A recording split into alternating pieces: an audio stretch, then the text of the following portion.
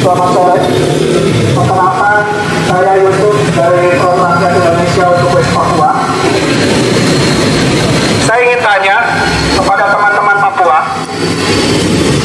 bagaimana jika teman-teman punya rumah, kemudian saya tiba-tiba mendobrak masuk dan mengatur ruang tamu kawan-kawan, mengatur tata letak dapur kawan-kawan, mengatur semua interior-interior yang ada di rumah teman-teman. Apakah teman-teman akan marah? Apakah teman-teman akan marah? Maka begitulah logika yang sedang diterapkan oleh pemerintah kolonial Indonesia. Mereka tidak lebih dari pencuri, mereka tidak lebih dari kolonial, seperti yang dilakukan oleh Belanda kepada mereka dan kemudian mereka lakukan kembali hari ini. Perlu diingat teman-teman, bahwa apa yang dilakukan pemerintah Indonesia terhadap Papua bukan semata-mata karena mereka menganggap orang Papua adalah saudara.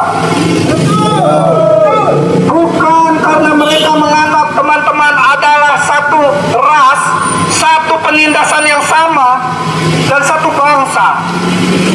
Mereka melakukan itu karena melihat Papua sebagai potensi kapital yang besar.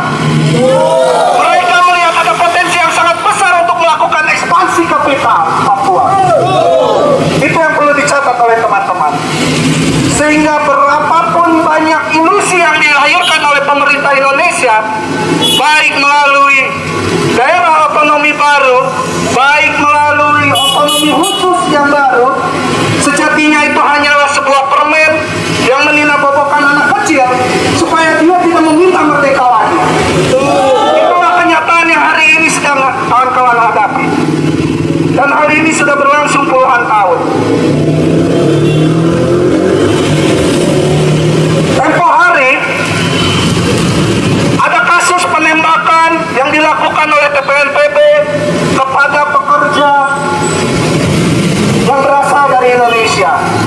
Lalu kemudian isu itu digoreng habis-habisan, dan dampaknya adalah kasus-kasus pembunuhan yang lain yang berdasarkan rasisme. Yang hal ini telah dipraktekkan selama puluhan tahun, menuduh setiap orang Papua yang berambut gimbal menggunakan noken bintang kejora itu adalah bagian dari TPN-OPM. Tapi kemudian ketika anak kecil dituduh mencuri senjata, dipukul sampai mati, tidak ada satupun media Indonesia, satupun media mainstream Indonesia yang berani angkat itu dan membicarakan itu secara serius, kawan-kawan. Atau kita tarik lebih jauh, bagaimana 500 orang biak berdarah mati diinjak punggungnya, disuruh tiarap dan dipaksa lari kemudian ditembak. Lalu bagaimana orang Indonesia menyikapi biak berdarah? Orang Indonesia menganggap itu pantas untuk orang Papua. Atau kita tarik lebih jauh lagi, tahun 98, peristiwa Mapenduma berdarah diduga 120 lebih orang mati dibakar, rumah-rumah dan gereja dibakar. Siapa dalangnya? Dalangnya adalah Prabowo. Lalu bagaimana sikap Indonesia dengan puluhan, ada 50 lebih operasi militer selama Orde Baru? Namun Indonesia tidak pernah menghitung itu sebagai pelanggaran HAM berat. Indonesia hanya menghitung itu sebagai konflik antara OPM dengan TNI.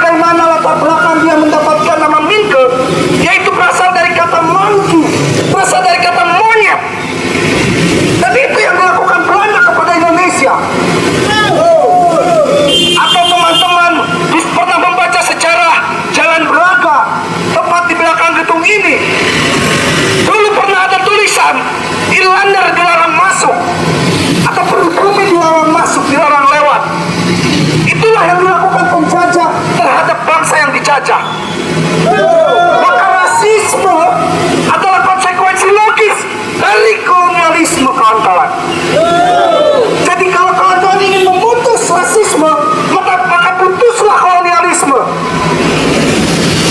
Kawan-kawan ingin memutus kemiskinan di Papua, memutus rasisme di Papua, hanya satu jalan yang bisa ditempuh, adalah hak menentukan nasib sendiri.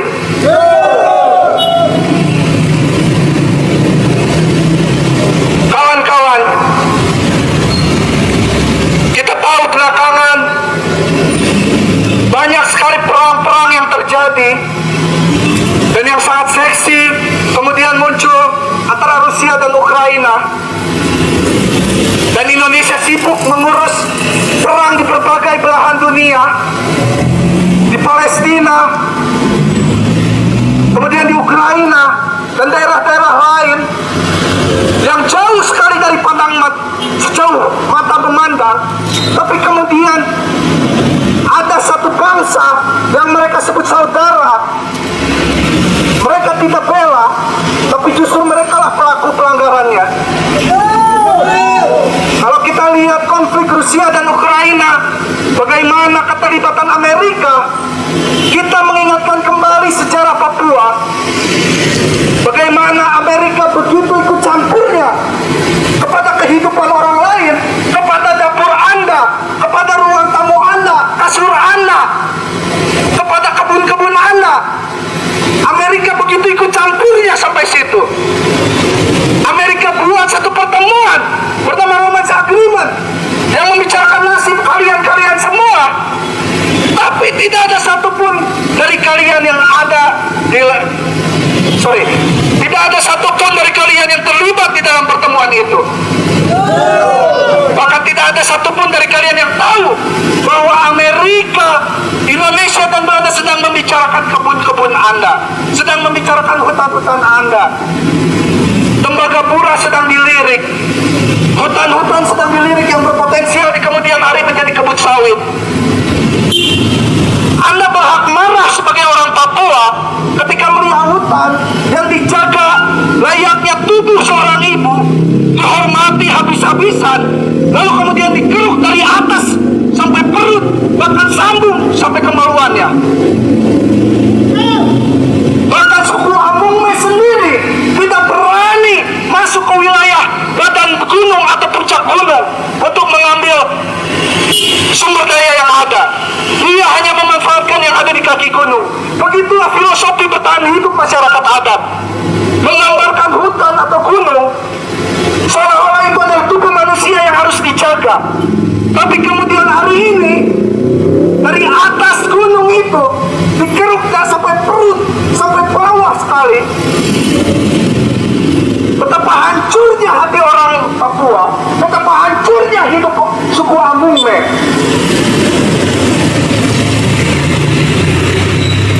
Selama puluhan tahun itu terjadi, disaksikan oleh orang Papua di depan mata suku Amungme.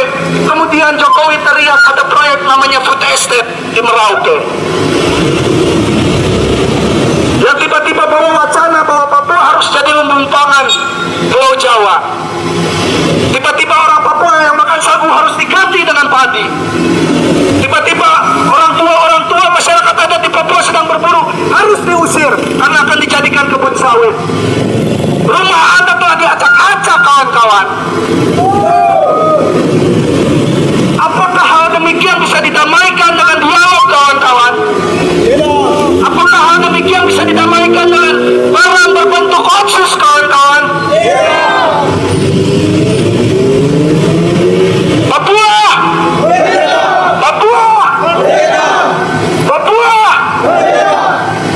Terakhir, mungkin sebagian orang merasa kebingungan kenapa ada banyak orang Indonesia yang terlibat di dalam aksi hari ini, dan kenapa belakangan, bertahun-tahun ke belakang, banyak sekali orang Indonesia yang mulai aktif terlibat aksi bersama kawan-kawan Papua. Itu menunjukkan bahwa kesadaran tidak lagi bisa dibentuk oleh rezim. Kesadaran orang Indonesia akan kebenaran tidak bisa lagi dibentuk oleh rezim. dengan sendirinya, dengan usaha-usaha teman-teman seperti hari ini. Saya lahir di Bandung, saya tumbuh besar di Bandung sebagai seorang Indonesia yang sangat mencintai Indonesia, dan tumbuh besar dengan ajaran-ajaran Bhinneka Tunggal Ika, menyayangi satu sama lain. Tapi kelak di kemudian hari, akhirnya saya sadar bahwa rasa sayang yang manipulatif ini membuat saya menjadi rasis kepada orang Papua, membuat saya menjadi protektif terhadap orang Papua, dan tidak ingin kehilangan orang Papua.